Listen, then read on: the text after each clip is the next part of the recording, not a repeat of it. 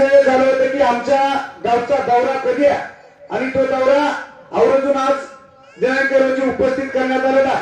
अनेकांच्या अडीअडचणींचा प्रश्न, अनेक विकास केलेल्या कामाची पोचपावती आज मी तुमच्या समोर सांगणार आहे. या कोरपळे गावासाठी राजभाऊंचं विशेष प्रेम कायमच असतं. तसंच कोरपळेकर देखील राजभाऊसाठी कधीच कुठे कमी पडले नाही. प्रत्येक वेळेस प्रत्येक निवडणुकीमध्ये राजभाऊला लीड करण्याचं काम कोरपळे ग्रामस्थांनी केलेलं आहे. हे आवर्जून उल्लेख करण्याचं कारण भाऊंनी कोरपळेवर विशेष प्रेम असलेलं बार्शी तालुक्यातलं एकमेव गाव म्हणजे कोरपळे. अनेक विकास कामं झाली, अनेक विकास निधी खेचून आणला आणि त्या अनुषंगानं एमआयडीव्ही साठवण तलावासाठी 4,13,00,000 रुपयाचा निधी उपलब्ध करून ते काम 100% पूर्ण झालेलं आहे. कोरपळे ते सिरपेत पिंपरी रस्ता 4,50,00,000 रुपयाचं काम, 4,50,00,000 काम देखील तिथं अंतिम टप्प्यात आहे. कोरपळे ते एमआयडीव्ही रस्ता 20,00,000 रुपये. जल जीवन मिशन अंतर्गत उंच पाण्याची टाकी, जे आता पाण्याची टाकी आपल्याला सर्वांना पाणी येत आहे का,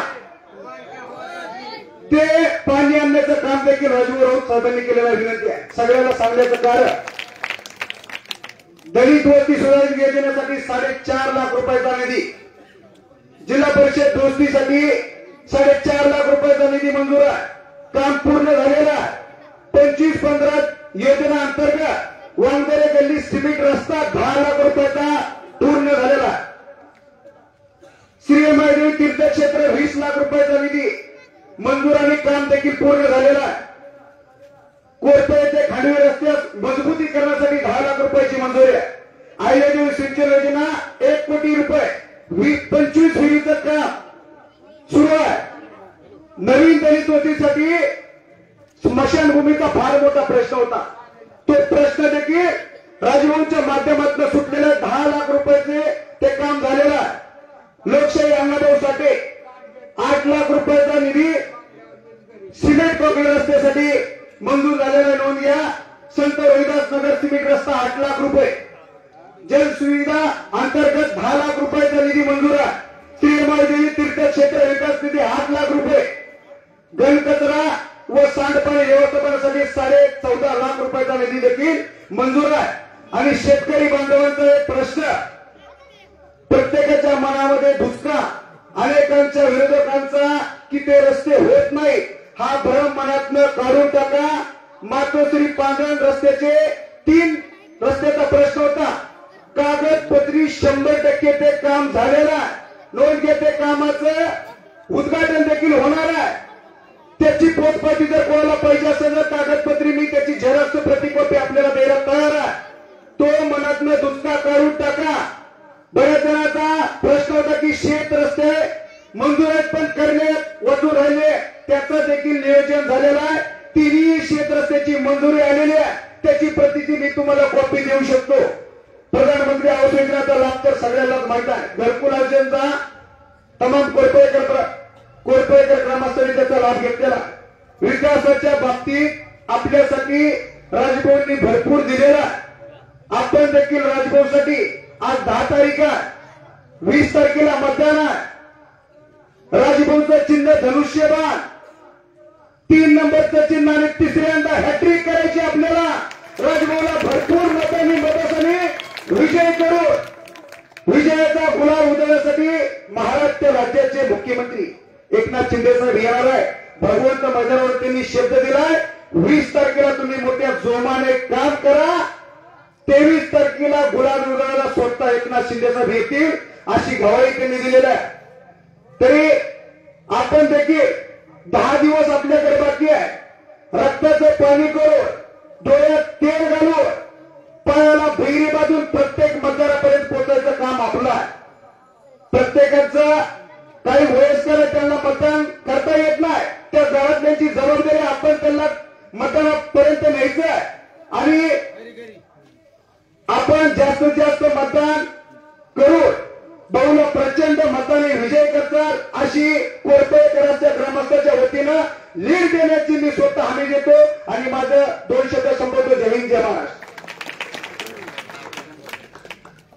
प्रशांत अण्णा वांदरे आपण व्यासपीठावर येतोय, आपलं मनोगत थोडक्यात व्यक्त करायचं.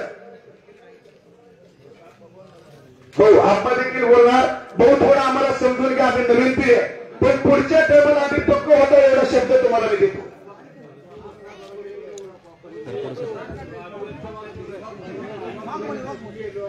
प्रशांत वाघमोडे आपण देखील न्यायचंय. बिनधास्त बोलायचं, एखादा शब्द चुकला तरी आपला समोर घेतला जाईल. बोलणारा पाहिजे, विकास कामे केलेल्याचं छाती टोकून समोर जनतेला पटवून द्यायचं काम करतोय. 246 बार्शी विधानसभा मतदारसंघाचे महायुतीचे अधिकृत उमेदवार राजेंद्र विठ्ठल राऊत यांच्या प्रचाराच्या अर्थ कॉर्नर सभेचे आयोजन केलेलं आहे. तरी सर्व मान्यवर खाली बसलेले, स्टेजवर उपस्थित सर्व मान्यवरांचं मनस्वी आभार.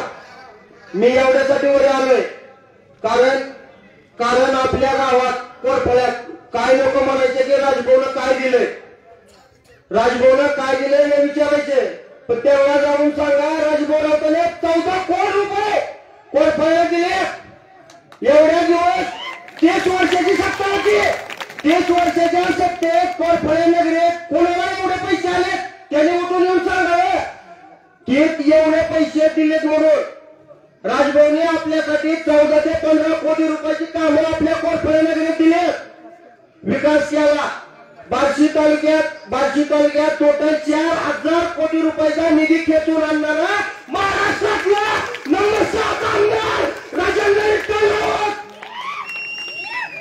त्यांचे निशाणे आहे धनुष्यबाण. थोडं सांगायची गरज नाही.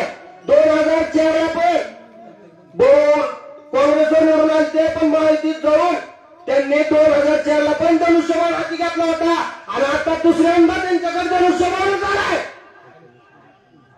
त्यांना आपण सर्वांनी प्रचंड बहुमताने विजय करायचे. बार्शी कोरफळे रोड एवढे दिवस 30 वर्ष झाले कुणी खाडा भरला का बार्शी कोरफळे रोडचा? त्यांनी तुमच्यासाठी सगळ्यांनी रोड करून दिला. एवढे दिवस मुरवाची पाठी टाकली नाही तिथे कुणी, आणि ती सांगायला लागले की खाडा भरला आणि काम कशी केली. अरे करण्याला महत्व आहे, तुम्ही करून दिलं का काय? एवढं बोलून मी माझं भाषण संपलं. जय हिंद जय महाराष्ट्र.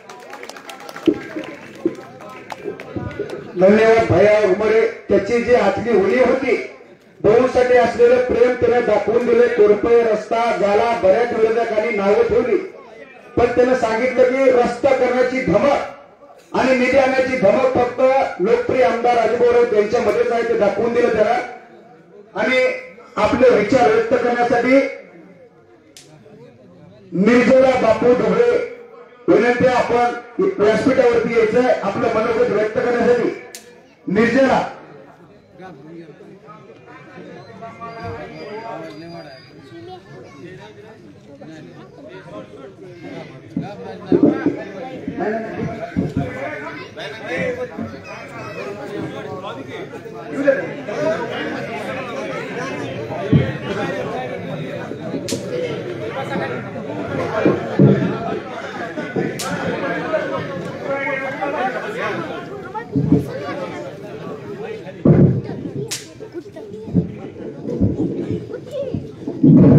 आदरणीय व्यासपीठ, सन्माननीय अध्यक्ष, प्रमुख पाहुणे तसेच इथे जमलेल्या सर्व ग्रामस्थ बंधू आणि भगिनींनो, शाहू फुले आंबेडकर यांचे विचार घेऊन चाललेला महाराष्ट्र, तसेच जय जिजाऊ जय शिवराय, तसेच आपली कुलस्वामिनी आई तुळजाभवानी आणि आपले ग्रामदैवत श्री एमाय देवी यांना मी वंदन करते. मी निर्जला बापू दुबळे आज आपल्या सर्वांना आपले भावी तसेच सर्वांचे लोकप्रिय श्री राजेंद्र विठ्ठल राऊत यांच्याबद्दल माझे मनोगत व्यक्त करत आहे.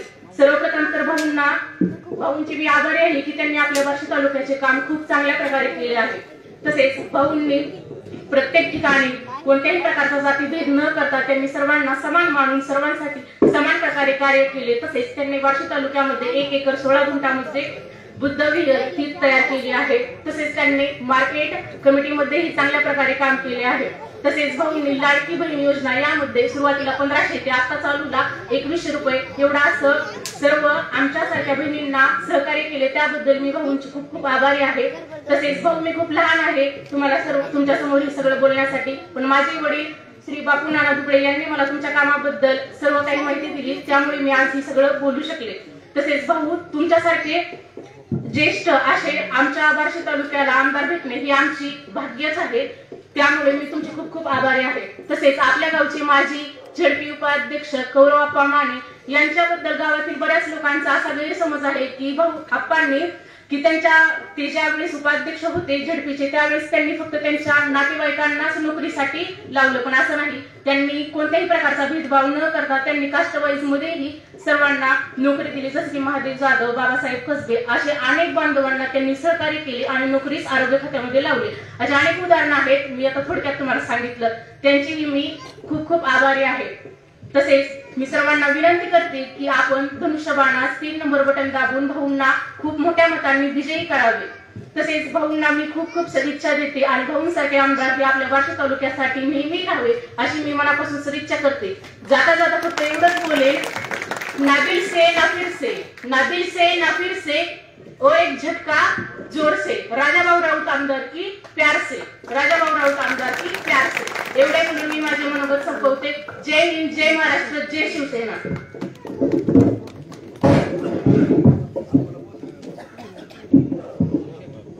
अतिशय चांगल्या भाषेमध्ये आपलं मनोगत व्यक्त केलं. जसं छत्रपती शिवाजी महाराजांनी 18 प्रगत गतीचे मावळे एकत्र घेऊन स्वराज्य निर्मितीची स्थापना केली, तसं राजभाऊ बार्शी तालुक्यातले 18 प्रगत जातीचे मावळे एकत्र घेऊन आपल्या कुटुंबाप्रमाणे प्रत्येकाची विकासात कामाची गाथा अशीच पुढे जावं हे एक चांगली संकल्पना तिनं मांडली.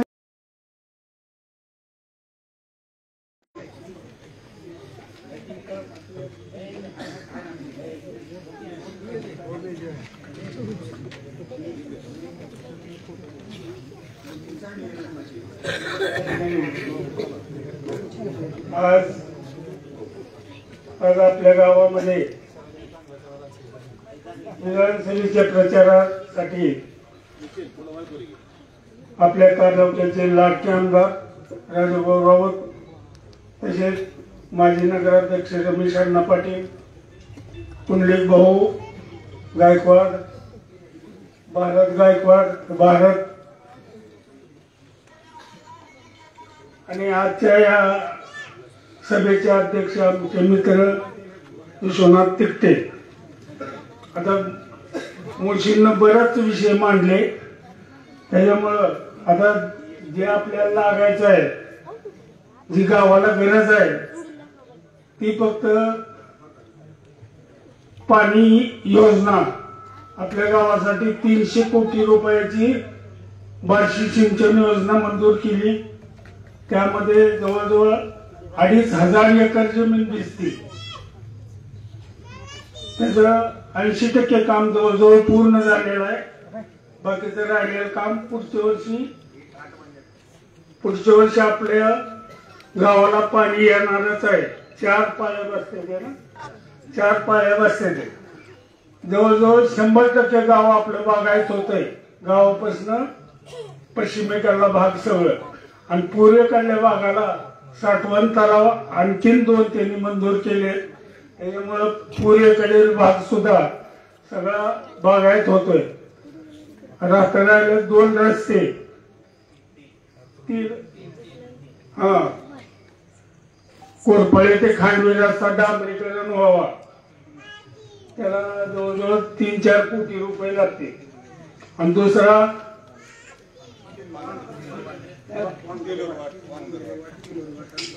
त्याला वंगरे वाट्याला मांजरे वस्ती असं पुढे एक गाव द्यायचं. आणि दुसरं कुठलं नाही, हा नाही, मांजरे वस्ती आहे, पांढरी वस्ती आहे, 2 वस्ती टाकल्या. त्याला निधी टाकायचं, टेंडर मध्ये करायचं. त्या मस्तरवर नाही ना, काय नाही. आणखीन आपल्या गावाला 3 तलावाची गरज आहे, स्टोरेज टँकची.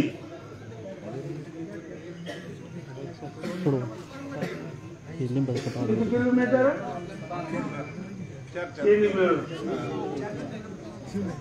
4 किलोमीटरचे 3 रस्ते.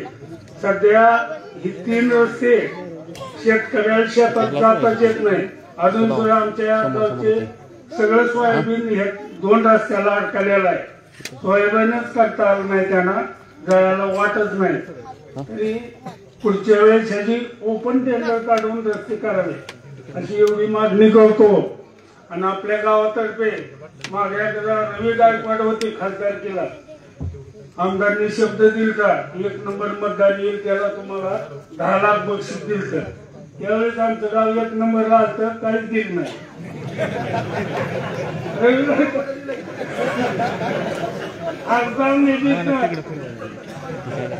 तुम्ही खासदार स्वतः इथं बोलले होते 1 नंबरला तालुक्यात गाव येईल त्याला मी 10 लाखाचं हे देईन.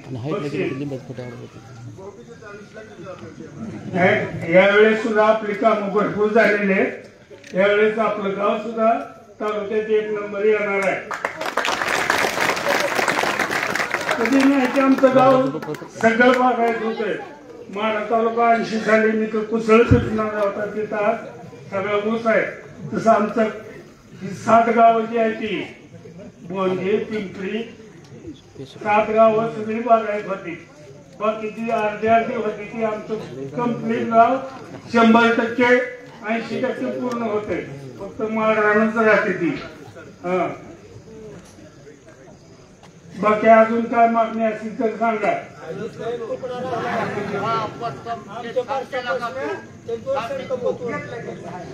कुठलं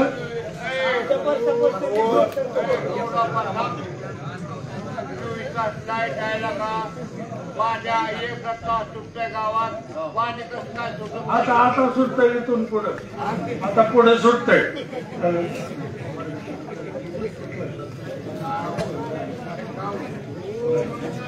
आता राजभाऊचं चिन्ह आहे बाण, 3 नंबरचं बटन आहे. सर्वांनी बटन दाबून सर्वात जास्त लीड आपल्या गावाचा द्यायचा, रवी गायकवाडला दिला तसा. त्याच्यानंतर पूर्ण या माहिती रस्ता ती डांबरी करून देतील. एवढं बोलून माझं भाषण होतं. कायमच गावावरती प्रेम असणारे लोकप्रिय आमदार, दमदार आमदार, विकासरत्न आमदार राजभाऊ राऊत आपले मनोगत व्यक्त करतील.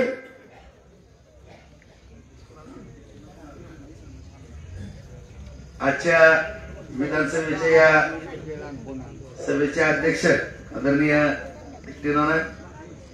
उपस्थित आप्पा, माझ्यावर आलेले माझे सहकारी मित्र माजी नगराध्यक्ष रमेश अण्णा, आदरणीय उल्लेख भाऊ उपस्थित, सूरज पण आणि भैयाच्या मैत्री खातीर या ठिकाणी उपस्थित राहिलेले आहे.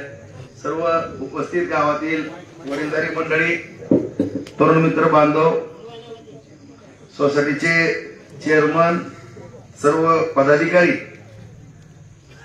सर्व शेतकरी बांधव, माझे तरुण मित्र बांधव, बालमित्र बांधव, घराघरातून ऐकणाऱ्या माझ्या सर्व माता भगिनी.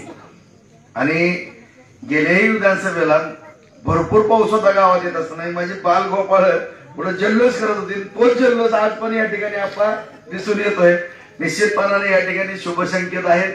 कारण कोरपाळ्यांनी तुम्ही मला सांगितल्याप्रमाणे सातत्यानं माझी पाठराखण केलेली आहे. मी जसं राजकारणामध्ये आलं तसं सातत्यानं कोरपाळ्यातील सर्व वडीलधारी मंडळी, तरुण मित्र बांधवांचे सतत आशीर्वाद या ठिकाणी माझ्या पाठीशी राहिले. आणि त्याची आज उतराई प्रत्येक गावागावाची करण्याचा बांधवांनो मी सातत्याने या ठिकाणी प्रयत्न करत आहे.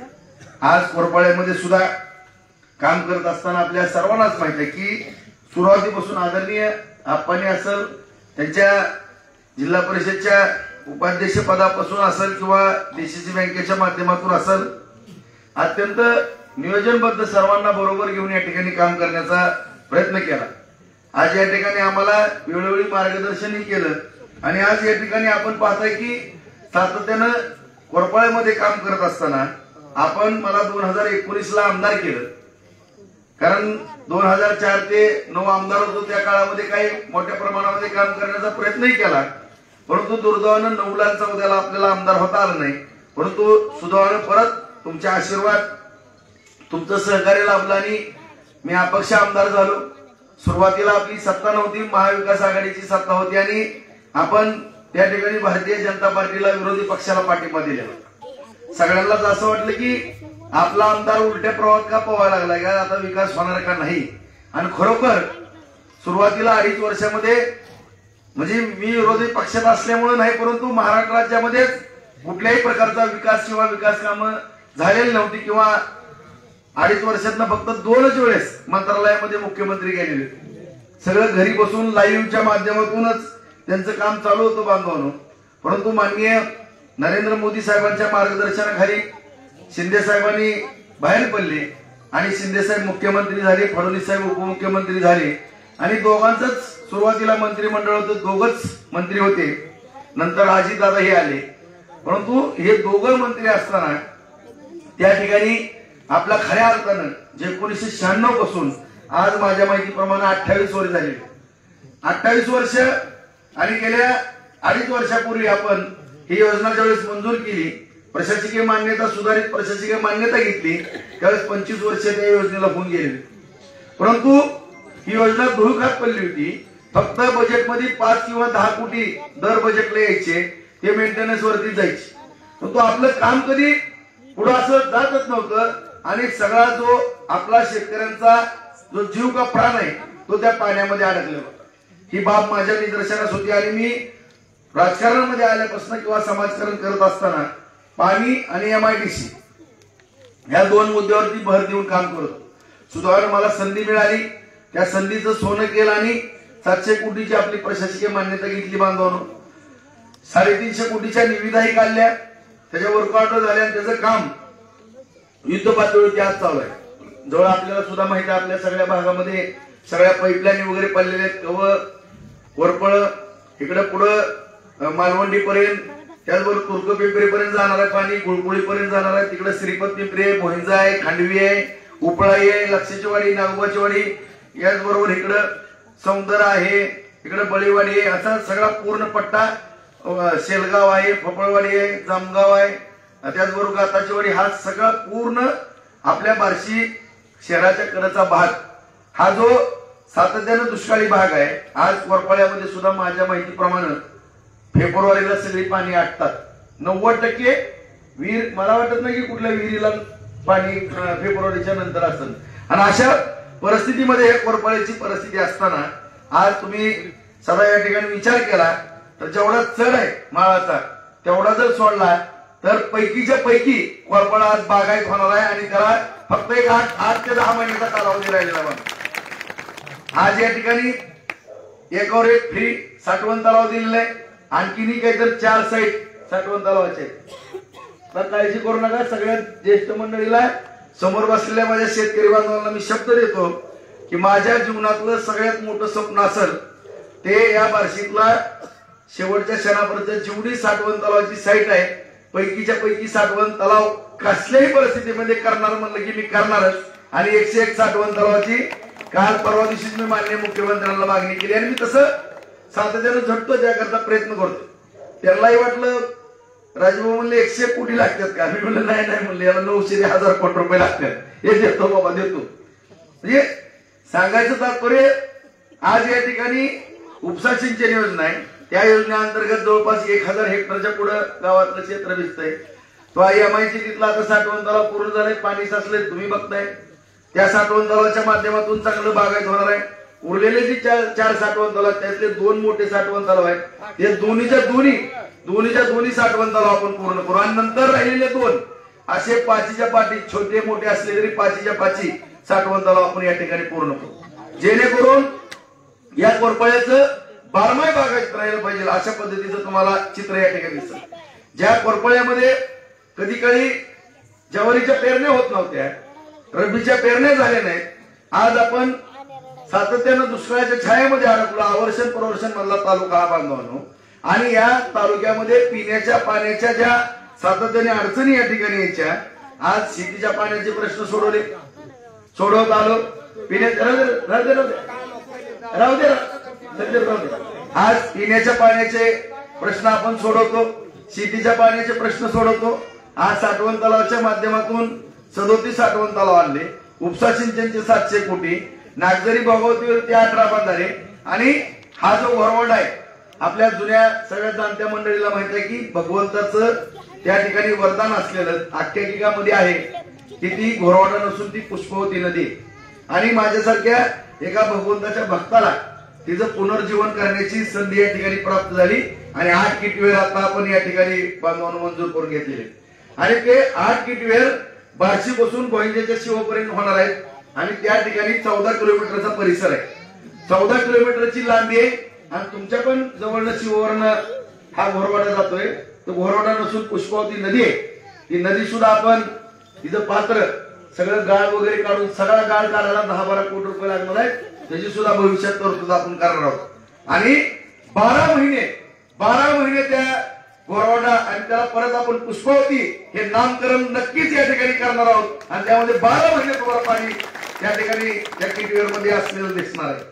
कारण आपण पाहिलं असेल की मध्यंतरी एवढा मोठा दुष्काळ होता, दुष्काळ जरी असला तरी आमदार भांडणारा पाहिजे, आमदार हिंमतवान पाहिजे। तुम्हाला सांग, जर आमदारानं ताकदीनं जर भांडलं तर कुठली ताकद काय करू शकत। आज एवढा दुष्काळ होता, त्या दुष्काळामध्ये सुद्धा पाणी सोडलं, गावतळ भरून घेतलं, गावतळ भरलं, गावतळ्यातनं सगळं पाणी या पाण्यानं श्रीपत पिंपरीपर्यंत उन्हाळ्यात बघितलं असतं सगळं आणि एवढं पाणी आपलं सातत्याने दुसरे वापरत होते, परंतु त्या पाण्याचा आज आपण उपयोग करू शकतो। 2.59 टीएमसी पाणी आपल्याला मंजूर आहे, त्यामध्ये 12,550 हेक्टर क्षेत्र आपलं, 2450 हेक्टर क्षेत्र माड्याचं आणि हे पाणी आपल्याला कधीच मिळालं, परंतु सातत्याने हे पाणी आपण आता घेण्याचा प्रयत्न केला 5 वर्षामध्ये। त्याचबरोबर या ठिकाणी हे पाणी आज या ठिकाणी भविष्य काळामध्ये आपल्याला पाण्याच्या कमीत कमी 3 आणि जास्तीत 4 पाळ्या आपल्याला या ठिकाणी सातत्याने मिळणार आहेत आणि या ठिकाणी अशी तरतूद करू की जे साठवण तलाव आहे ते साठवण तलाव ज्यावेळेस पावसाळ्याचं पाणी भरपूर असतं, कारण आपण बघतोय की दर 10 वर्षातनं किमान 8 ते 9 वर्ष उजनी 110 टीएमसी जरी धरण असलं तरी कमीत कमी 300 ते 400 टीएमसी पाणी दरवेळेस वाहून जाते आणि ज्यावेळेस ती पाणी वाहून जात असते त्यावेळेस सगळे साठवण तलाव जेवढे साठवण तलाव आहेत या भागातले किंवा या लाभ क्षेत्रात येणारे परपाळीचे असू दे, उकळायचे असू दे किंवा सगळे श्रीपत पिंपरीला सुद्धा आता साठवण तलाव मिळणार, हे सगळे साठवण तलाव भरून घेण्याचं आपण काम करणार। त्यामुळे कधीही दुष्काळ आपल्या भागामध्ये दिसणार आणि या घोरवाड्याचा सुद्धा जी पुष्पवती नदी होणार आहे त्याचा सुद्धा फायदा मोठ्या प्रमाणामध्ये आज कोरपळे होणार आहे। त्यामुळे जिथं कधीच शेतीच्या पाण्याचा पिण्याच्या पाण्याचा प्रश्न गंभीर होता तो सुटला, हा पण सुटला। तुम्हाला मी जबाबदारीने बोलतो की भविष्य काळामध्ये 1 वर्षानंतर ज्या दुष्काळी तालुक्यामध्ये पिण्याच्या पाण्याच्या अडचणी होत्या तिथं नव्यानं 50,000 एकर जमीन माझ्याकडनं लिहून घ्या, 50,000 जमीन बागायत होणार आहे। त्या पद्धतीनं नियोजनबद्ध पद्धतीनं आपण काम केलेलं आहे। त्याचबरोबर आज MIDCचं स्वप्न होतं, MIDC पूर्ण केली, त्याला लाईट दिली, पाणी दिलं, तिथे कारखाने उभारायला लागले। नवीन बार्शीमध्ये सोयाबीनचा प्लॅन्ट, आणखीन 3 प्लॅन्ट बार्शीमध्ये होणार आहेत, डाळ मिल, ज्वारीच्या मिल, कडब्याच्या मिल, चिंचुकीच्या मिल। सातत्यानं उद्योग कसे वाढतील, तरुणांना काम कसं मिळेल, शेती कशी बागायत होईल या दृष्टिकोनातून आपण आज प्रयत्न करतो। त्याचबरोबर सगळेच रस्ते, आज हा कोरपळे रस्ता असेल, त्याचबरोबर लातूर रस्ता होता तोही रस्ता आपण चांगला केलेला आहे, उस्मानाबाद रस्ता चांगला केलाय, सोलापूर रस्ता चांगला केलेला आहे, आई तुळजाभवानीला जाणारा रस्त्याला सुद्धा 250 कोटी रुपयाचा निधी त्या ठिकाणी दिलेला आहे आणि अशा रीतीनं बार्शी शहरातला किंवा कासरवाडी हा रस्ता त्या रस्त्याला सुद्धा बार्शीतल्या तेवढ्या छोट्या रस्त्यातनं जायचं म्हणलं तरी अर्धा तास लागायचा। त्याच इथं आपण बोललो होतो तोही रस्ता त्या ठिकाणी पूर्ण केलेला आहे। बार्शी शहरातले सगळेचे सगळे रस्ते पूर्ण केले। बार्शी शहरामध्ये आता मला शिव मंदिर बघितलं, मला फार अभिमान वाटला, त्या धर्तीवरती शिवसृष्टी सुद्धा आज बार्शीमध्ये आपण निर्माण केली। बघताय आपण नगरपालिकेसमोर किती सुंदर तिथं रोज 400 ते 500 जण फोटोग्राफीला येतात। आज आपल्या ज्या सैनिकांच्या जीवावरती आज आपण या ठिकाणी बांधवांनो निवांत झोप, त्यांची कुठेतरी आठवण असावी त्या दृष्टिकोनातून शहीद स्मारक सुद्धा आपण त्या ठिकाणी एक सुंदर असं मध्यवर्ती ठिकाणी बनवलं। आज बुद्धविहार सुद्धा आपण 2.5 कोटी मंजूर करत 1 एकर 10 गुंठे जागा दिली, तेही काम सुंदर होणार आहे। आज मुस्लिम समाज बांधवाला सुद्धा नमाज पढण्याच्या अडचणी होत्या, त्या ठिकाणी 1.5 एकर जागा देऊन ईदगाह बांधलेला आहे। अशा रीतीनं सर्व स्तरावरती काम केलं। कोर्टाची सुद्धा बिल्डिंग 25 वर्षापासून काम प्रलंबित होतं। आपण सुद्धा सगळे शेतकरी बांधव किंवा कुठल्या ना कुठल्या निमित्तानं कोर्टात जातात, त्या कोर्टामध्ये वरनं झाडावरनं किती पाखरं काय करतात आपल्या सर्वांना माहिती आहे, वास घाण येते, परंतु त्या इमारतीचा सुद्धा प्रश्न सोडवला नव्हता. तोही इमारतीचा प्रश्न सुटला. आयट्याकडे इमारतीचं काम चालू आहे. आज या ठिकाणी क्रीडांगण झाले, आज मैदानं झाली, बागा झाल्या बार्शीमध्ये, आणि सगळ्यात महत्वाचं की डॉक्टर कर्मवीर मामासाहेबांनी हॉस्पिटल आपल्या इथं बांधलं. शिक्षण संस्था केल्या, त्या शिक्षण संस्थेतनं डॉक्टर शिकले, डॉक्टर बरेच झाले, त्यांनी हॉस्पिटल केलं, वैद्यकीय सेवा चांगल्या मिळायला लागल्या.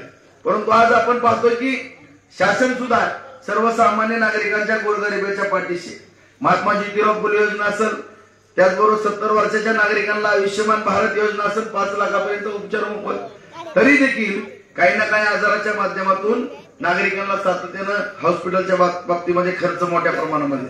आणि या सगळ्या गोष्टीचा विचार करून पहिलं आपलं ग्रामीण रुग्णालय होतं, त्या ठिकाणी उपजिल्हा रुग्णालय मंजूर करून घेतलं आणि 30 कोट्याचं होतं, त्याला 100 कोट्याचं काम आता सुरू आहे. अर्ध काम झालेलं, अर्ध काम 6 ते 8 महिन्यामध्ये होईल. त्या ठिकाणी जवळपास आता 25 लोकांचा स्टाफ आहे, भविष्य काळामध्ये 125 लोकांचा स्टाफ असणार आहे. आता 5 डॉक्टर आहेत, तिथं 25 डॉक्टर भविष्य काळामध्ये होणार. सगळेचे सगळे उपचार, मग त्या ठिकाणी हार्टच्या ऑपरेशन सहित सगळे ऑपरेशन 1 रुपयाही न खर्च करता सगळ्या गोरगरिबाला त्या ठिकाणी एखाद्या उच्च अशा हॉस्पिटल सारखी सुविधा त्या ठिकाणी आपण करण्याचा त्या ठिकाणी प्रयत्न केलाय. त्याचं सुद्धा या ठिकाणी बांधवानं काम चालू आहे. सगळ्या स्तरावरती आरोग्याचा विषय असेल, खेळाचा असेल, क्रीडा, संस्कृती, आज भगवत महोत्सव आपण कशा पद्धतीने करतो, इतका सुंदर. आज शेवटी गावामध्ये सुद्धा MIDUची यात्रा असते, आज भजन कीर्तन सप्ते करतो आपण. शेवटी आपण सगळ्या आपल्या देवाच्या पुढे नतमस्तक होतो. त्या धर्तीवर MIDUच्या जत्रेच्या निमित्तानं आपण सगळेजण किती प्रसन्न राहतात. त्या धर्तीवरती भगवान महोत्सव आपण शहरामध्ये तालुक्याचा करतो. जो मूळ दशावताराच्या अगोदरचा मूळ अवतार विष्णूंचा त्या ठिकाणी बार्शीमध्ये फार मोठं स्थान आहे, आणि त्याला सुद्धा आपण तीर्थक्षेत्राचा दर्जा मिळवला. ज्या पद्धतीने MIDUला मिळवला, त्या ठिकाणी आपण MIDUला सुद्धा मोठ्या प्रमाणामध्ये निधी देण्याचा प्रयत्न केला. त्या रस्त्याचा सुद्धा विषय क्लिअर केला अगोदर. आणखीन आपण तुम्ही सांगितलं की ते रस्ते करा, निश्चितपणाने तोही रस्ता आणखी राहिला असता तर पूर्ण करून घेऊ, काही अडचण असणार नाही. आता थोडंफार हा रस्ता करत असताना मला काही माहिती दिली आपण की थोडंफार कुठेतरी 2 ठिकाणी पाऊस दुप्पट पाऊस झाला, त्यामुळे रस्त्याचं काही खराब झालं. काळजी करू नका, माझं बारकाईनं लक्ष असतं. जे पार्ट खराब झालेले असतील ते पुन्हा एकदा करून देण्याची जबाबदारी माझी असेल त्या ठिकाणी तातडीनं या ठिकाणी. परंतु कधीही कुठलाही विरोधकाचा असू द्या किंवा सर्वसामान्य जनतेचा असू द्या, कुठलंही बोट दाखवून घेण्याचा प्रयत्न या ठिकाणी होणार नाही, अजिबात कधी होणार नाही तुम्हाला सांगतो. कारण या ठिकाणी कधीही आपल्याला नावं ठेवून घ्यायची या ठिकाणी कधी सवय नाही.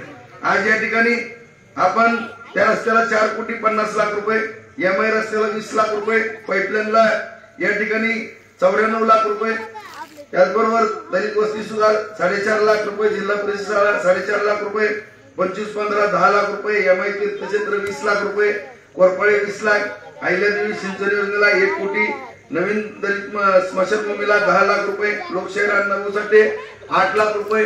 आज या ठिकाणी आणखीनही माझ्या शेतकरी बांधवांना विनंती करतो की ज्यांना राजमाता अहिल्यादेवी होळकर योजनेअंतर्गत विहिरी हवे त्यांनी आणखीन प्रकरण द्या.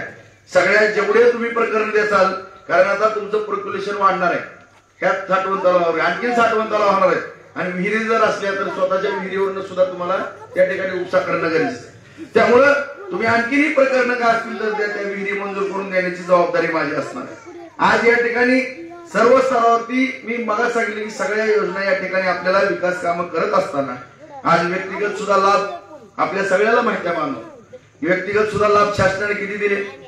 आज तुम्ही 2019 ते 2024 मी आमदार आहे, तुम्ही मला आमदार केलं. ह्या 5 वर्षात तुमच्या सगळ्या अकाउंटला बघा, अतिवृष्टी, सततचा पाऊस, पीक विमा, दुष्काळ, फळबागांचं अनुदान 470 कोटी रुपये सगळ्या तालुक्यातल्या शेतकऱ्यांच्या अकाउंटवर टाकण्याचं काम केलं. ह्याच्या अगोदर कधी पैसे आले का सांगा तुम्ही? आले का पैसे? मग मला सांगा 5 वर्षात माझ्यासारखा एक कार्यकर्ता 470 कोटी रुपये नुकसान भरपाई म्हणून तुम्हाला टाकू शकतो. ह्याच्या अगोदर पण नुकसान झाली, कधी त्या लोकप्रतिनिधीला कळलं का मंत्रालयामध्ये पाठपुरावा करायचा? मी तर 10 वर्ष झाला आमदार आहे, 2004 ते 9 आणि 19 ते 24. मी 10 वर्षामध्ये त्यातली निम्मी तर दिवस माझ्या विरोधात गेले आणि निम्मे सत्तेत गेले 2 वेळेस.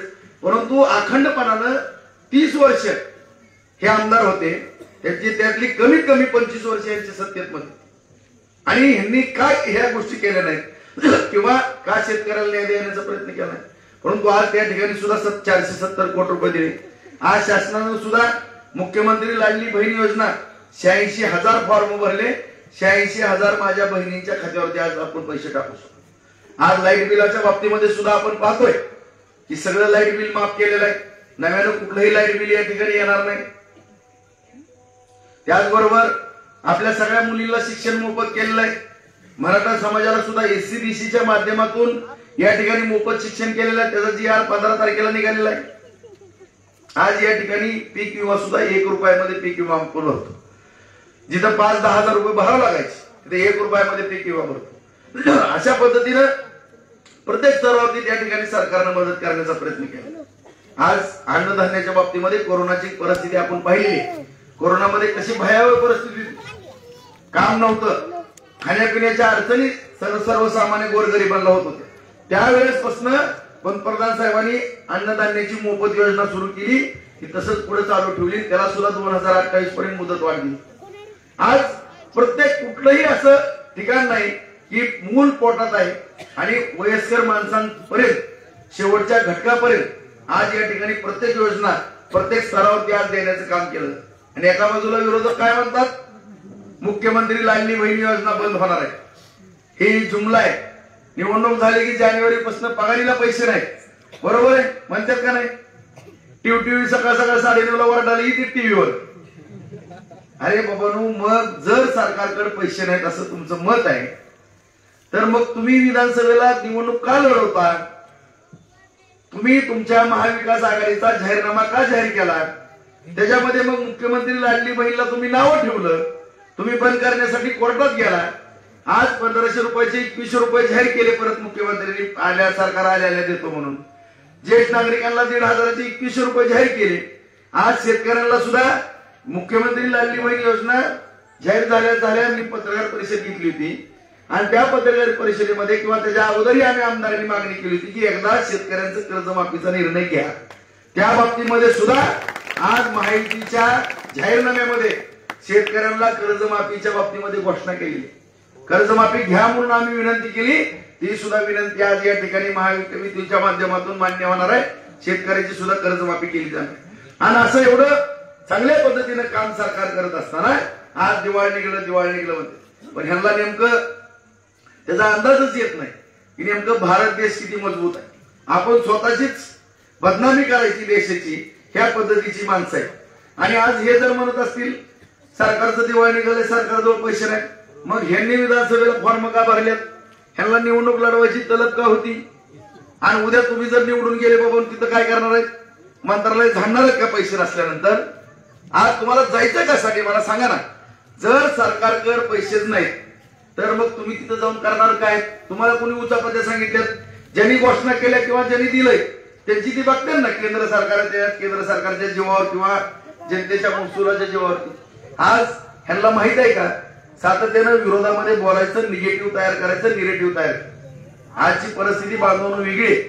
तुम्ही समजून विषय घ्या की तुम्ही म्हणता की आपला राजू लांब जागतिक पातळीवरती चाललाय, परंतु वस्तुस्थिती आपल्या समोर मांडणं अत्यंत गरजेचं आहे. आज आपल्या भारत देशाची अर्थव्यवस्था 5व्या स्थानावरती. आज जगामध्ये कोरोना काळामध्ये सगळ्या देशाच्या अर्थव्यवस्था विस्कटल्या गेल्या, परंतु माननीय पंतप्रधान नरेंद्र मोदी साहेब एक दिवस सुद्धा सुट्टी घेत नाही. एक दिवस सुद्धा सुट्टी न घेणारा माणूस, दिवाळीला सुद्धा स्वतःच्या घरी दिवाळी न साजणारा माणूस सैनिकामध्ये जाऊन दिवाळी साजरी करतो. आणि त्या माणसाने अखंडपणाने एवढं वय झालं तरी कधी सुट्टी घेतली नाही. अत्यंत बुद्धिमत्तेनं सगळे सहकारी बरोबर घेऊन आज जे IAS अधिकारी होते त्या लोकांना निवडणुकीला उभा केलं, त्यांना निवडून आणलं. वैष्णव असतील, त्याचबरोबर जयशंकर असतील, असे सीताराम निर्मल असतील, असे तज्ञ मंडळी त्या ठिकाणी आपल्या मंत्रिमंडळात घेतली आणि त्यांच्या सगळ्यांच्या विचारानं भारताची अर्थव्यवस्था मजबूत करण्याचं काम केलं. आज 5व्या स्थानावरती अर्थव्यवस्था आहे.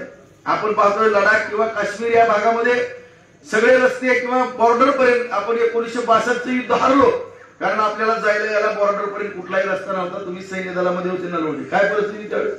पता का रस्ता कुठे जायला बॉर्डर पर्यंत? एक पूल नव्हता, एक रस्ता नव्हता. आज कुठल्याही बॉर्डरवर जावा, कडेपर्यंत पूल आणि रस्ते.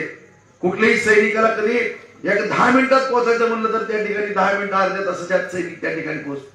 त्यावेळेस आपल्या सैनिकाला रसद मिळाली नाही, अन्नाचा तुटवडा त्या ठिकाणी झाला, दारूवाला मिळाला नाही. आणि त्या गोष्टीचा विचार करून चायना बॉर्डर, पाकिस्तान बॉर्डर या ठिकाणी सगळ्या सुखसोयी केल्या. आज नितीन गडकरी साहेबांनी एवढे मोठमोठे नॅशनल हायवे केले. आज एवढ्या मोठ्या जलजीवन मिशनच्या पाणी पुरवठ्याच्या योजना राबवल्या जातात.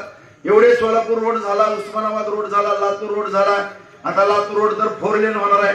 तुळजापूर रोडला 250 कोटी दिले, इथं 700. मग हे पैसे कुठले? कारण पहिले पैसे जे यायचे ते गायब व्हायचे. आता जी पैशाचा महसूल येतो तो थेट जनतेपर्यंत जातो. साधं उदाहरण घ्या, माझ्या तरुणांनी गुगलवरती जावा.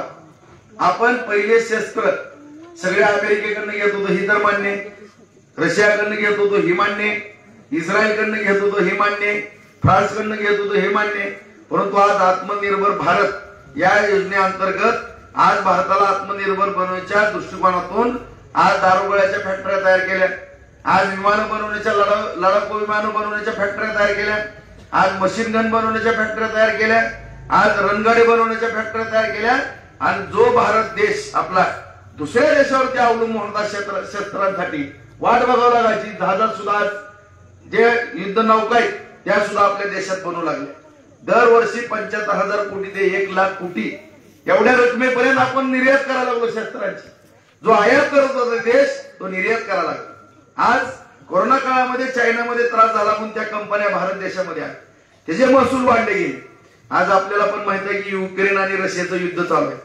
त्या ठिकाणी अमेरिकेने त्याच्यावरती निर्बंध आणले. निर्बंध आणल्यानंतर त्या ठिकाणी त्यांच्याकडनं कुणी तेल घेत नव्हतं, गॅस घेत नव्हतं. परंतु पंतप्रधानांनी सांगितलं की आमचा जुना दोस्त, आम्हाला त्यांच्याबरोबर आयात निर्यात करायची. त्यांच्याकडनं निम्या किमतीमध्ये तेल घेतलं. आज इथं त्या तेलावरती प्रक्रिया केल्या आणि सगळं बाहेरच्या देशामध्ये 50% नफा त्या ठिकाणी मिळाला. आज रुपयाचं तेल घेतलं आणि 2 रुपयाला विकलं. अशा पद्धतीनं उद्योग व्यापारामध्ये आयात निर्यातीमध्ये आपल्या जगामध्ये संबंध निर्माण केले. आज सगळेजण विरोधी पक्ष म्हणताय की पंतप्रधान बाहेरच्या देशामध्ये फिरतात.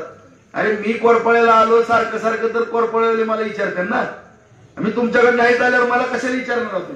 किंवा तुम्ही माझ्याकडे आलं तरच काम होणार आहे ना. मी तुमच्याकडे आलो तर तुम्ही मला मत द्या, तुम्ही माझ्याकडे आलो तर मी चहा पाजून तुमचं काम करेन. आणि येणं जाणं जर ठेवलं तर त्या देशांबरोबर संबंध वाढवण्याचं काम केलं.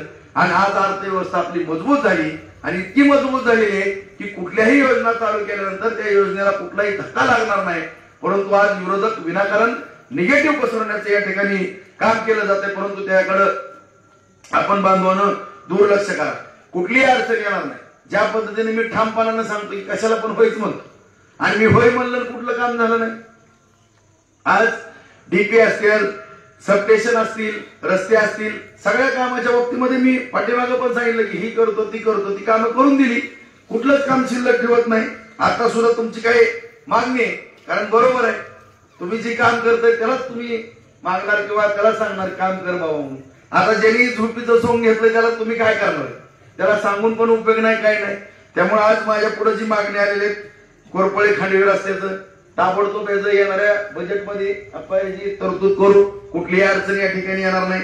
आणि वांगदरे वाट, तेलूर वाट आणि बटई वाट हे मला येतानाच पोरांनी सांगितलं भाऊ काही करा परंतु हे रस्ते शेतकऱ्याला जाण्या येण्याकरता करा. आज या ठिकाणी आपल्या महायुतीच्या सरकारनं 10 घोषणा केलेल्या आहेत. त्यामध्ये सुद्धा जी पानंद रस्ते किंवा मी तिचं उत्तर तुम्हाला जबाबदारी देतो की दरवर्षी आदरणीय चंद्रकांत नानांनी त्या ठिकाणी दुष्काळामध्ये मोर्चा काढला, अन्नधान्याचा तुटवडा, तिथं फायरिंग झालं, 8 जण मेले वैरागला. त्याच्यावरती बार्शीचं पॅटर्न म्हणून महाराष्ट्रामध्ये रोजगार हमीचा कायदा झाला. बार्शीत हा गोंधळ झाला वैरागला आणि ह्या कायद्याचं रूपांतर परत केंद्र सरकारनं तो कायदा स्वीकारला. परंतु त्याच्यामध्ये काही त्रुटी ठेवल्या गेल्यात की त्रुटी म्हणजे हा रोजगार हमीचा कायदा फक्त खेड्यापाड्यातल्या मजुरांना जर गोरगरीब शेतकऱ्यांना काम नाही मिळालं तर ते काम द्यायचं आणि वर्षातून 365 दिवसातून 100 दिवस किमान काम द्यावं असला आपला कायदा. आणि त्याच्यामध्ये लाख लाख कोटी रुपये त्याच्यावरती बजेट असतं, शिल्लक असतात. परंतु दरवर्षी ते पैसे लॅप्स होतात. आता जसं पानंद रस्त्याला 1 किलोमीटरला 24 लाख रुपये आपण टाकतो. परंतु दुर्दैव असं की पहिलं मस्टर भरायचं, मस्टर मध्ये सोपी झाली, पटापटा कामं होऊ लागली परंतु काही इतकी शहाणी मंडळी की चांगलं व्हायला लागलं कुणी तर पायात पाय घालते आणि खोड्या करते. तिथं तक्रार द्यायला लागली, तक्रार द्यायला लागलं त्या अधिकाऱ्याला अडचणी यायला लागल्या. त्याच्यावरती निर्बंध काय अधिकाऱ्याने आणले, परत म्हणले त्याचं काय ती थंब करा, बरोबर थंब, आणि परत आता जिओ टॅगिंग करा. आणि ह्या गोष्टीसाठी आम्ही माननीय मुख्यमंत्री साहेबाला भेटलो. असं जर म्हणलं तर काम होणार नाही. दरवर्षी किमान 100 कोटी खर्च होतो आणि जवळपास 9,900 कोटी रुपये महागाई जातात. ह्या गोष्टी निदर्शनास आणल्या. त्याचं सुद्धा महायुतीच्या माध्यमातून जाहीरनाम्यामध्ये घोषणा केली आहे आणि त्या माध्यमातून कुठेही 1 रुपया कमी पडणार नाही. आणि जरी कमी पडला तरी मी कुठलीही तरतूद करून सगळेच्या सगळे रस्ते, तिन्हीच्या तिन्ही रस्ते करून देण्याची जबाबदारी माझी असेल. त्याच्या बाबतीमध्ये कुठली काळजी करू नका. भले त्या ठिकाणी आमदार फंड वापरू, 25-15 वापरू, 95-5 निधी खाली आपण वापरू. आता काय अडचण आहे? आता काय अडचण आहे? काही अडचण येणार नाही. काळजी, फक्त माझी एक हात जोडून विनंती आहे तुम्हाला, मला तुम्ही किती राबवायचं तेवढं राबवा, फक्त हसत राहा, नाराज होत जाऊ नका. मला या तुम्ही बिंदासपणे भाऊ हे काम करता करा, एवढं टाईट बोला, मला काय वाटणार नाही. परंतु भाऊ मी असलं काय करू नका, मला लय भीती वाटते, मला वाईट वाटते. कारण इतकं काम करणारा जर आमदार तुम्ही घडवलाय मला काय काम. मी सकाळी 6 वाजता सुरुवात केली, 6:15 तर पहिला फोन असते, भाऊ कचऱ्याची गाडी आलेली आहे, भाऊ पाणी आलं नाही. इथनं काम करणारा तरी 10-11 वाजेपर्यंत तुम्हाला एवढा आमदार मिळाला म्हणल्यावर तुम्ही काळजी कशाला करताय? काय काय ठेवलंय मला सांगा, परपळ्यामधलं सांगत ती काम या ठिकाणी करतोय. कधी सुद्धा चिंता करू नका, कधी नाराज होऊन जाऊ नका. फक्त एवढंच मला सांगायचंय की फक्त माझ्यापर्यंत या, बसाय. एखाद्या चुकून जर गर्दीत काही माझ्याकडनं घोटाळा झाला, विसरलं, फक्त दुसऱ्यांदा सांगा. आणि जर दोनदा जर माझ्याकडनं काही चूक झाली की तिसऱ्यांदा मला काही शिक्षा द्यायची द्या. माझी त्याच्याबद्दल पण काही दुमत असण्याचं कारण नाही. परंतु कधीच नाराज होत जाऊ नका. कशामुळे नाराज होतात? काय कारणाने नाराज व्हायचं? न्याय नाही तर खंबीर, काय वाटेल ती करू, पण आपण ही रस्ते तिन्हीच्या तिन्ही करून देऊ. ती जबाबदारी मी आज घेतो. कुणी माझ्या शेतकरी बांधवांना चिंता करू नका, कारण की आज गरज मानलेली. तुमच्या कोरपाळ्याचाच विषय नाही, सगळ्या गावामध्ये आज जायला यायला रस्ते नाही. आज कुठली जर पिकअप बागायत क्षेत्र झालेलं आहे. पहिलं कसं होतं, कोरपाळ्यातलं उदाहरण घ्या, तुम्ही सांगा, सगळी ज्येष्ठ माणसं आहेत, एवढा मोठा तुमचा 4,000 एकरचा शिवार असेल, त्याच्यामध्ये लय झालं एखादा 1,000 एकर कुठंतरी विहीर बागायत वगैरे असेल, 25-30% सुद्धा नसेल. आपण काय होतं पहिले सगळी माळरान कोरडच. परंतु जशी कुटुंब वाढत गेली, आपली जशी संख्या वाढत गेली, तशी जमीन वहिवाटीखाली जास्त येत गेली. आता तुमचा डोंगर जर सोडला चढ तर माझ्या माहितीप्रमाणे गावातली 70-75% जमीन वहिवाटीखाली आलेली आहे. आणि त्यामुळं जायला यायला रस्त्याची अडचणी निश्चितपणा नाही. फक्त एवढंच माझ्या हात जोडून विनंती आहे, तुम्ही आपसापसामध्ये बसा. मी रस्त्याला निधी टाकल्यानंतर फक्त आडवाडवी करू नका. दोन्ही बाजूला 5-5 फूट द्या. कुणाचंही नुकसान या ठिकाणी होणार नाही, त्याची पूर्ण दक्षता आपण त्या ठिकाणी घेऊ. कुणीही रस्त्याच्या बाबतीमध्ये, आणि रस्ताच नाही कुठलंही काम असू द्या, मला हक्काने तुमच्या कुटुंबातला एक घटक म्हणून या ठिकाणी काम सांगा. फक्त या ठिकाणी मला एवढीच विनंती करायची की मला आमदार व्हायचंय, ती मला मिरवायसाठी नाही किंवा मला कुठं शान मारण्यासाठी आमदार व्हायचं नाही. मित्रांनो, या तालुक्याला चांगले दिवस आलेले, शिक्षणात चांगले दिवस आलेले, वैद्यकीय क्षेत्रात चांगले दिवस आलेले, व्यापारात चांगले दिवस आलेले, आणि सगळ्या बाबतीमध्ये आपण सक्षम झाले.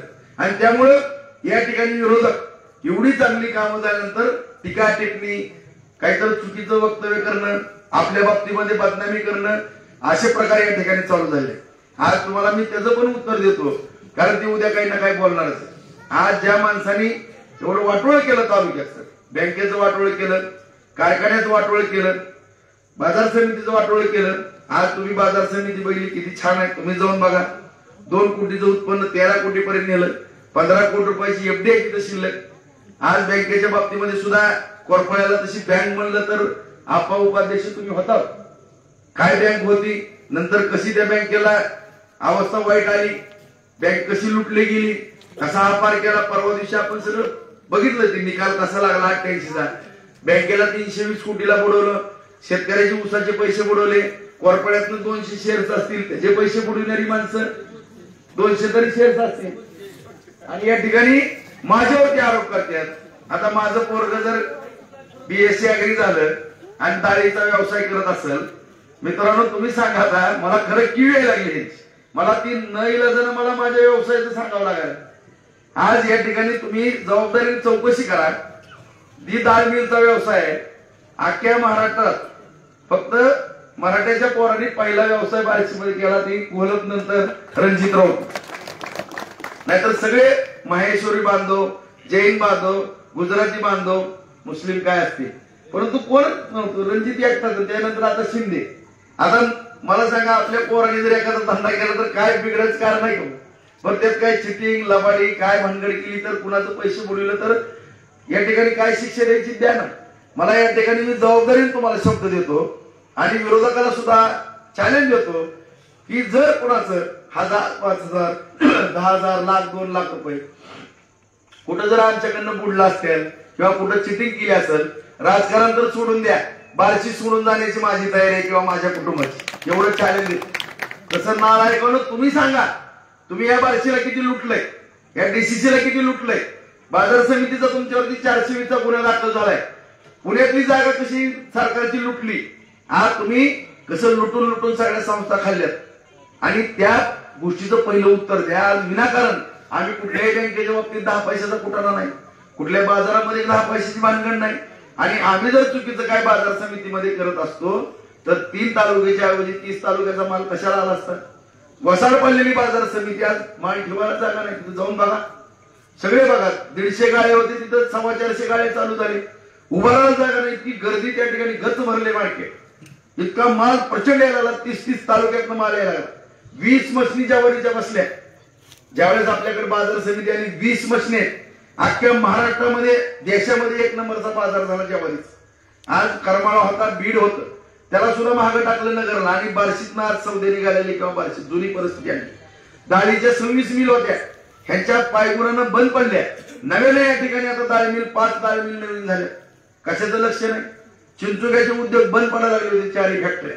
जीएसटीचा त्यांना मोठा दंड झाला होता. केंद्र सरकारकडनं जाऊन मी माफ करून आणला. 4च्या 4 7 राज्यातला चिंचुका येते. सफरचंदचा बाजार भरतो 7-8 राज्यात आज सफरचंदचा बाजार बार्शीत चालतो. त्याच पद्धतीनं मनोक्याचं सुद्धा सौदे वैरागला आपण काढणार आहोत. तिकडे एक इकडे 2 कोल्ड स्टोरेज झाले. तुम्ही सुद्धा द्राक्ष भरपूर लावता. चालते का द्राक्ष? तुम्ही सुद्धा आता द्राक्षवाले होणार आहेत. तुमचं सुद्धा मनोके तयार होणार आहेत. तुमच्या अगोदर सोय करून ठेवायला लागली. 2 केले, तिकडे 5 आणि तिकडे बार्शीला 5.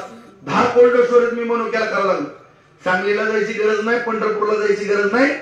त्या भागातले व्यापारी या वैरागमध्ये येऊन त्या ठिकाणी सौदे काढतील. तुम्हाला भाडं सुद्धा कमी लागेल आणि वाहतूक सुद्धा कमी लागेल. पुढचा दृष्टिकोन आपण ठेवलेला आहे आणि ह्या पद्धतीने आपण शेतकऱ्याला या ठिकाणी शेतकऱ्याचं जीवनमान उंचवण्याचा प्रयत्न करतो आणि आपल्यावरती टीका करतात. असं झालं तर झालं. आता संतनाथ कारखाना ह्यांनी बंद पाडला, आर्यन कारखाना बंद पाडला. आता बघ म्हणाव की मी मुख्यमंत्री साहेबांकडनं फडणवीस साहेबांना बोललोय.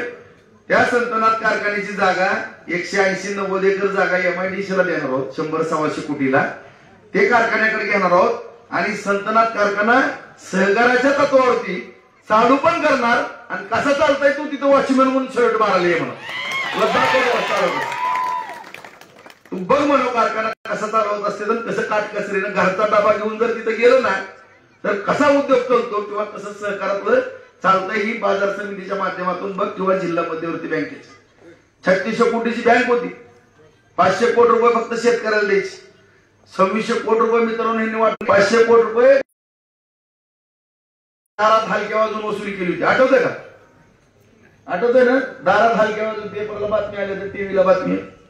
शेतकरी बिचारा थकला तर त्या दारात हलक्या आणि ह्यांनी 100, 200, 300 कोटी रुपये बुडवले तर ह्यांना हारणपुऱ्याचा सत्कार ह्यांची ही परिस्थिती जिल्ह्यामध्ये होती.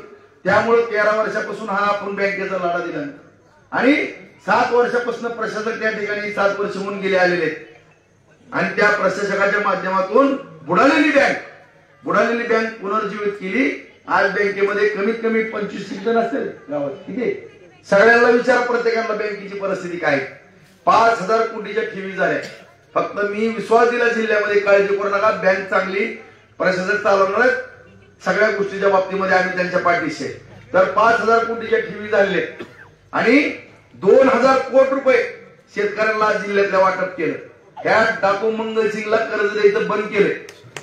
इतके डाकू मंगलसिंग कधी ऐकलं का तुम्ही? 5 एकर जमीन 1 लाख रुपयाची आणि 82 कोटीचं कर्ज दुसऱ्या दिवशी. कसला प्रकार आहे? तुम्हाला मिळतं कधी कर्ज? मिळेल कधी एवढं कर्ज? 10 लाख कर्ज काढायचं म्हणलं 20 लाख रुपयाचं मॉर्गेज द्यावं. आणि ह्या परिस्थितीमध्ये सगळे ब्लॅकमेलर, सगळे चिटिंग करणारी माणसं आणि आपल्यावरती आरोप करतात. परंतु ह्यांनी किती चुका केल्यात ह्या सगळ्या जनतेसमोर पण जाऊ द्या. परंतु चुकीच्या प्रचाराला बळी पडू नका. कुठलीही काळजी या ठिकाणी करू नका. निश्चित राहा. या तालुक्याचा प्रचंड विकास केल्याशिवाय माझ्यासारखा कार्यकर्ता राहणार नाही अशा पद्धतीचा शब्द देतो. आणि आपण खासदार खोटी बोलतात, मी काय खोटं बोलणार नाही. म्हणून मी सांगत होतो गेल्या वेळेस खासदार केला, ऐकलं नाही माझ. आणि नेहमीच खासदार तशी करतात. आपण न्यायचं, त्याच्यासाठी झटायचं, निवडून गेला की आपला कार्यक्रम करून जातो. त्यामुळे मी तुमचा आमदार आहे, तुमच्या गावातला आहे, तुमच्या घरातला आहे. माझ्याकडनं कधी खोटं बोललं जाणार नाही. तुम्ही या बार्शी तालुक्यातनं सगळ्यात मोठं मताधिक्य द्या. तुम्हाला ज्या काही या विकासाच्या बाबतीमध्ये 1, 2, 5 कोटी किंवा तुम्ही 4च्या 4 साठवण तलाव म्हणले 4च्या 4 साठवण तलाव करून देण्याची जबाबदारी माझी असेल असं या ठिकाणी शब्द देतो. आपण एवढ्या मोठ्या संख्येनं उपस्थित राहिलात त्याबद्दल सगळ्यांचे धन्यवाद व्यक्त करतो. आपल्या 3ऱ्या नंबरला धनुष्यबाण हे चिन्ह आहे. पहिल्या मशीनवरती त्याच्या पुढचं बटन दाबावं एवढी या ठिकाणी नम्रतेची विनंती करतो. आणि पुढील धन्यवाद भाऊ. आपल्या राजभाऊ गटामध्ये, राऊत गटामध्ये काही प्रवेश होत आहे. प्रवेश स्वीकारण्यासाठी समाधान जगताप आपण व्यासपीठावर यायचं. यशवंतभाई माने पाटील यांच्या माध्यमातून आणि अध्यक्ष विकास मुटकुळे यांच्या माध्यमातून समाधान जगताप यांचा प्रवेश होत आहे. त्यानंतर बाळासाहेब टिकटे यांनी देखील राजभाऊच्या कामाची यादी आणि केलेला विकास बघून त्यांनी देखील आपल्या गटामध्ये प्रवेश केलाय. त्यांचं देखील टाळ्या वाजवून सगळ्यांनी स्वागत करायचं. आणि पैलवान जयदत्त बाबर संपूर्ण बाबर कुटुंबाला घेऊन प्रवेश करतोय. टाळ्या करत त्याच्यासाठी एकदा जोरदार. आणि प्रमोद वाघमोडे आपण देखील व्यासपीठावर यायचं. यांचा देखील प्रवेश विकास गाथा चालू आहे. तो गाडा वळण्याचं काम राजभाऊच्या माध्यमातून होत असतंय. आणि ते होत असताना असे प्रवेश अजून भरपूर प्रवेश होणार आहे. बहुजन समाज पार्टीचे अध्यक्ष बापूसाहेब दुबळे यांच्या माध्यमातून देखील 5 प्रवेश आहे. पण त्यांनी सांगितलंय 20 तारखेला धनुष्य बाणासमोरचं बटन दाबून 23चा गुलाल उधळल्यानंतर विजयाची सभा कोरपेत घ्यावी असं राजभाऊंना गावकऱ्याच्या वतीनं विनंती आहे. या कोरपेमध्ये विजयाचा गुलाल तुम्ही तारीख द्या. त्या तारखेला संपूर्ण नियोजन करायची जबाबदारी कोरपे करायची असं सर्व भागातले या विनंती आहे की विजयाचा गुलाल इथेच उधळण्यात नोंद घ्या. सभा संपल्याची जाहीर